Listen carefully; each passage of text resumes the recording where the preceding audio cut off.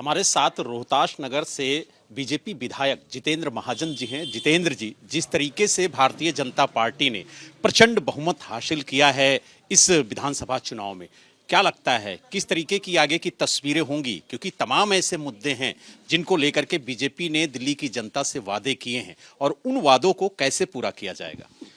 Bharatiya Janata party पिछले 5 वर्षों में लगातार जनता से संबंधित मुद्दों को उठाती रही, चाहे इनकी शराब नीति का विषय हो, चाहे भ्रष्टाचार का विषय हो, चाहे पूरी दिल्ली में गंदे पानी की सप्लाई हो, पानी न आने की समस्या हो, डीटीसी बसेस की समस्या हो। ऐसे सब मुद्दे भारतीय जनता पार्टी ने पिछले 5 वर्षों के अंदर उठाए हैं और आम आदमी पार्टी को बेनकाब किया है। तो निश्चित रूप से पूरे 5 वर्ष हमारा संगठन सक्रिय रहा है, तो उसका लाभ हमें मिला है। दूसरा, जनता की जो अपेक्षाएं हैं भारतीय जनता पार्टी से, तो निश्चित रूप से आदरणीय प्रधानमंत्री नरेंद्र मोदी जी के नेतृत्व में, उनके मार्गदर्शन में जैसे पूरा देश आगे बढ़ रहा है, वैसे दिल्ली भी आने वाले समय में आगे बढ़ेगी। अगर बात की जाए तो दिल्ली की जो तमाम समस्याएं हैं, चाहे यमुना की सफाई का मुद्दा हो, चाहे स्वच्छ पानी का मुद्दा हो, चाहे सड़क बिजली का मुद्दा हो, चाहे प्रदूषण का मुद्दा हो, ये तमाम ऐसे मुद्दे हैं जिनको लेकर के आपने 10 सालों तक केजरीवाल सरकार को घेरा है। लेकिन अब ये मुद्दे आपके पास हैं, इनको समाधान देने के लिए आपके कंधों पर दिल्ली की जनता ने जिम्मेदारी दी है।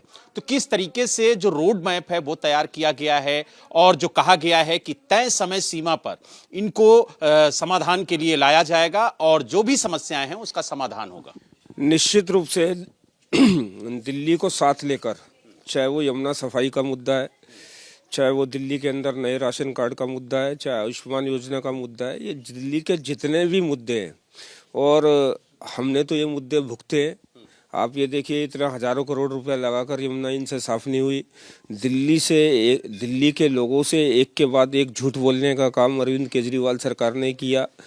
और निश्चिंत रहिए, मैं दिल्ली के लोगों को ये विश्वास दिलाना चाहता हूँ, रोहतास नगर की जनता को ये विश्वास दिलाना चाहता हूँ कि हमने जो वादे किए हैं उनको हम पूरा करेंगे। और दिल्ली की जनता पिछले इतने वर्षों से जो कुशासन से दुखी थी, ये कुशासन, सरकार का कुशासन हम लोग दूर करेंगे। आज एक नया मामला निकल के आया कि जो शीश महल था उसको सीबीसी जांच के दायरे में ले रही है और जिस तरीके से आप लोगों ने आरोप लगाया था, उन आरोपों को लेकर के अब जांच शुरू हो रही है। साथ ही एक दूसरा मामला जिसे आपने विधानसभा के सदन के पटल पर भी उठाया था कि जिस तरीके से दिल्ली सरकार ने जो सरकारी कर्मचारी हैं, जो सरकारी विभाग हैं, वहां पर बाहर के लोगों को रखा था, उनकी नियुक्ति की थी, इस मुद्दे को भी उठाया था। इन दोनों मामलों को लेकर के आज चीफ सेक्रेटरी ने जिस तरीके से पत्र लिखा है और कहा है कि इनकी सूची बनाई जाए कि जो जो बाहरी लोग विभाग में रखे गए हैं वो कहां कहां रखे गए हैं और उनकी संख्या क्या है।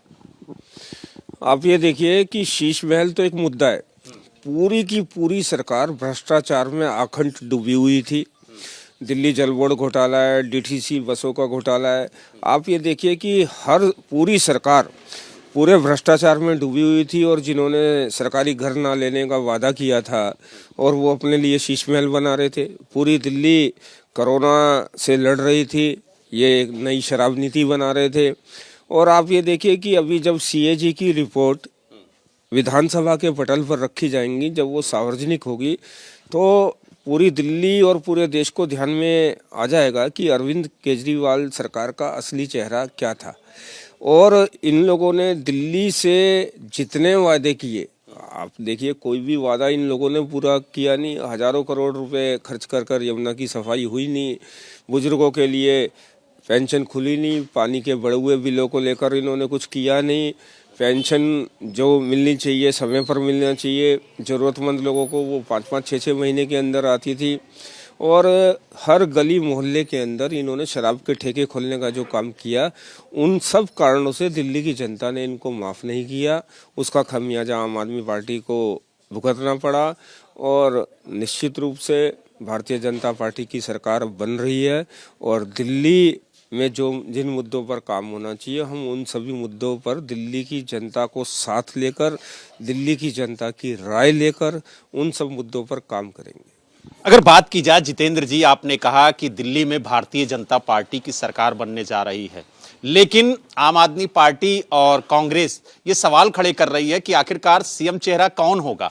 अभी तक आप लोग सीएम चेहरा नहीं दे पाए। देखिए, भारतीय जनता पार्टी के अंदर सामूहिक निर्णय लिए जाते हैं और अभी हम अपनी क्षेत्र की जनता का धन्यवाद कर रहे हैं। विधायक दल की बैठक होगी, उसमें सामूहिक निर्णय होगा। और दूसरा ये कि हमारे यहाँ वन मैन आर्मी नहीं है कि अब ऐसी भी चर्चा है कि दिल्ली के अंदर पिट गए तो पंजाब जाने की तैयारी है।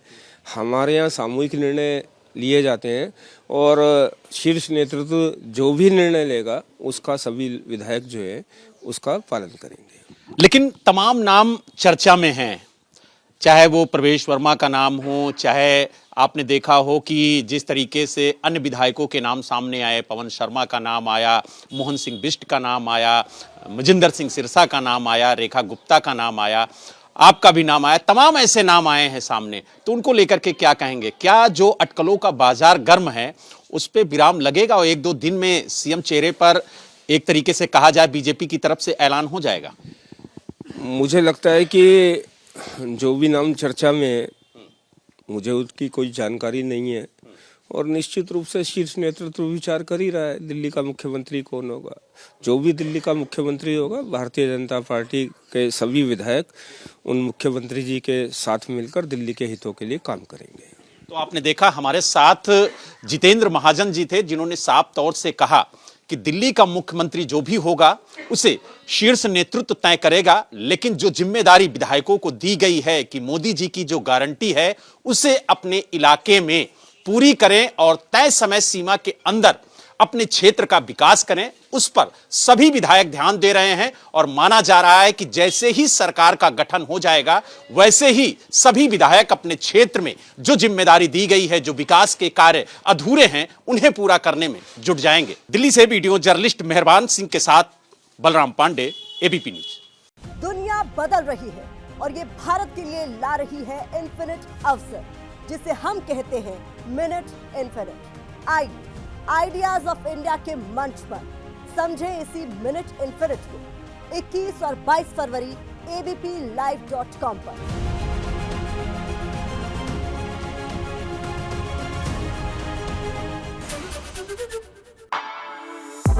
For exclusive and insightful videos, subscribe to our new channel ABP Live Premium.